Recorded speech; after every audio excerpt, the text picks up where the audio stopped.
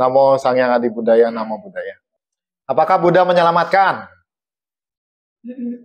Buddha hanyalah penunjuk jalan. Pernah sering dengar itu? Yes. Ya, paling sering dengar ya. Buddha hanyalah penunjuk jalan. Memang nggak salah juga bahwa Buddha menunjukkan jalan. Buddha mengajarkan dharma, menunjukkan pedoman yang kalau kita ikuti secara bertahap, sejalan demi sejalan, maka kita akan merealisasi penggugahan, mencapai nibbana. Betul.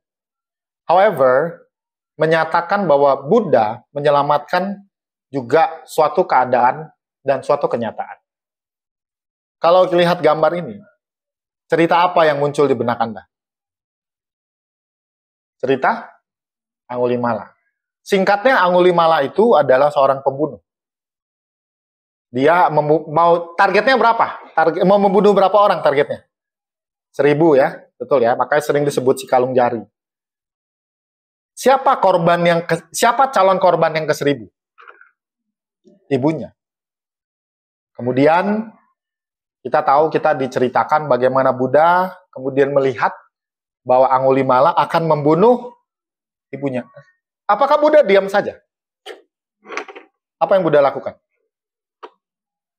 Intervensi. Betul? Buddha muncul, kemudian akhirnya Angulimala yang tadinya mengejar sang ibu, sekarang mengejar Buddha. Entah pakai golok, entah pakai parang, entah pakai katana.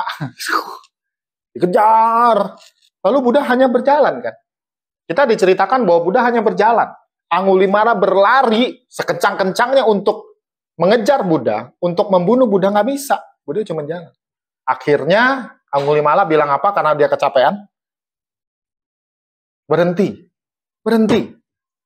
Lalu Buddha menjawab, saya sudah berhenti, kamu yang masih terus berlari. Di situ Anda bisa melihat, Anda bisa menyimpulkan, apakah Buddha menyelamatkan Angulimala?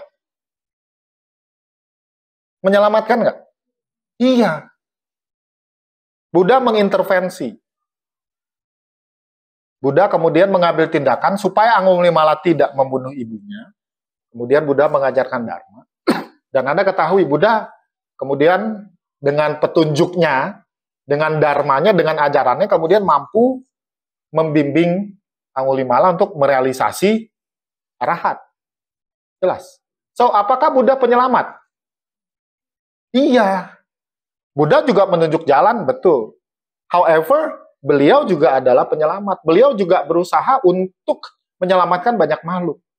Anda tahu, ketika Buddha sudah punya para biksu, Anda pernah dengar yang namanya 60 biksu arahat, 5 biksu pertama ditambah Yasa dan kawan-kawannya, kemudian Buddha mengutus mereka, sebarkanlah dharma yang indah di awal, tengah, dan akhir, demi kesejahteraan, demi kebahagiaan, demi kebaikan banyak makhluk, untuk para dewa dan manusia, atas dasar kasih sayang. Sebarkanlah dharma yang indah di awal, di tengah, dan di akhir. Jadi kita bisa melihat, atau kita dapat simpulkan bahwa sesungguhnya Buddha juga punya kasih sayang. Kemudian dengan kasih sayangnya itu, dia menyelamatkan banyak makhluk kok. Pernah dengar cerita ibu gila gara-gara anaknya meninggal kan? Siapa namanya? Ahwang. Siapa namanya? Kisah Gotami. Apakah Buddha diam saja? Enggak. Bisa selamatkan anakku. Bisa hidupkan anakku. Bisa. Tunjukkan caranya. Iya. Carilah biji sawi dari rumah, yang di rumah itu tidak pernah ada orang yang meninggal. Dicari kemana-mana sama kisah Gotami. Enggak ketemu juga. Dan dia sadar bahwa di dunia ini tidak ada satu orang pun yang tidak pernah mengalami penderitaan, kedukaan, kesedihan karena anggota keluarganya meninggal. Selamat nggak kisah Gotami? Selamat. Kalau kita rajin baca kisah-kisah di Dhammapada, di Sutta Pitaka, akan Anda temukan ratusan kisah Buddha mengajarkan dharma dan mampu untuk menyelamatkan makhluk-makhluk. Itu dia. Somehow, yang lebih populer adalah Buddha hanya sebagai penunjuk jalan. Kalau jalannya nggak ditunjukin, selamat nggak? Enggak. Beliau memang Buddha menunjukkan jalan. Karena jalan yang ditunjukkan oleh Buddha lah, maka banyak makhluk itu selamat. Termasuk Anda. Anda juga diselamatkan sama Buddha sekarang.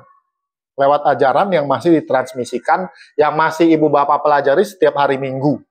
Masih selamat. Mau buktinya? Gampang. Di depan ada restoran seafood. Betul? Rame banget. Kalau diajak makan, mungkin Anda pergi. Kan gua nggak vegetarian. Ya nggak apa-apa. Itu hak pribadi Anda. Lu mau kepiting nggak? Nggak. Karena Anda tahu, kepiting biasanya dimasak hidup-hidup. Anda sudah paham Dharma, Anda tidak makan kepiting. Kerang juga sama kan? Ya. Ini ada yang live nih, ini ikannya enak banget, tuh masih hidup tuh, Dra. Lu pilih aja, Anda pilih. Saya enggak. Karena saya sadar, saya paham, saya ngerti, Buddha mengajarkan, yang membunuh ikan yang hidup di akuarium itu siapa? Kita. Anda yang sudah paham ini, sudah paham sila pertama ini, Anda nggak makan lagi live seafood. Anda selamat dari melakukan pembunuhan. Yang bunuh kan bukan gua, iya, tapi yang nunjuk siapa? Yang nunjuk siapa? Kita. Orang mungkin sering berpikir ya, saya gue jadi Buddhis, gue mau makan enak aja nggak bisa. Kata siapa? Banyak kok makanan enak. Yang vegetarian juga enak. Minggu lalu saya tinggal di Palembang, dari Jumat, Sabtu, Minggu, Senin.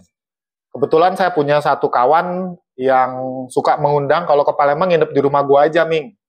Siap, Ci. Waktu itu saya datang, kebetulan dia ke Singapura, ada mbaknya 2. Udah kenal, jadi saya datang, nanti minta dimasakin aja ya sama mbaknya ya, Ming ya. Oke, mau VG atau non-VG? Nah, ini susahnya hidup saya. Kalau orang suruh pilih, saya pasti pilih yang VG. Siap.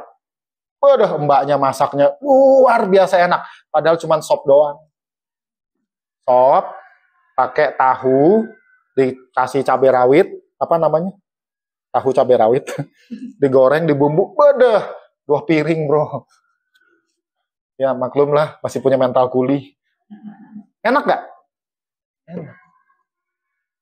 Jadi sebenarnya, Buddha sampai sekarang, dengan ajarannya itu masih menyelamatkan Anda. Masih menyelamatkan kita ketika kita mempraktikkan apa yang Buddha ajarkan. Memang jadi agak beda dengan orang lain. Iya memang. Memang. Kalau yang lain semua pesan kepiting, semua pesan udang hidup, Anda pesennya nggak hidup. Atau bahkan Anda pesennya, gue kangkung aja deh sama tempe. Why? Rugi lu, mumpung dibayarin. Bukan rugi, kita tahu diri ya. Ada banyak orang begitu dibayarin, lupa diri. Mumpung. Ya. Jadi apakah Buddha menyelamatkan Anda? Ya, Buddha menyelamatkan Anda. Buddha menyelamatkan Anda, menyelamatkan saya dengan cara mengajarkan Buddha Dharma yang masih kita pelajari sampai detik. Karena kita pelajari, kita praktekkan, maka kita menghindari perbuatan-perbuatan yang merugikan makhluk lain. Maka kita menghindari aktivitas-aktivitas tidak bajik yang kalau dilakukan itu akan memberikan dampak dan akibat buruk buat kita.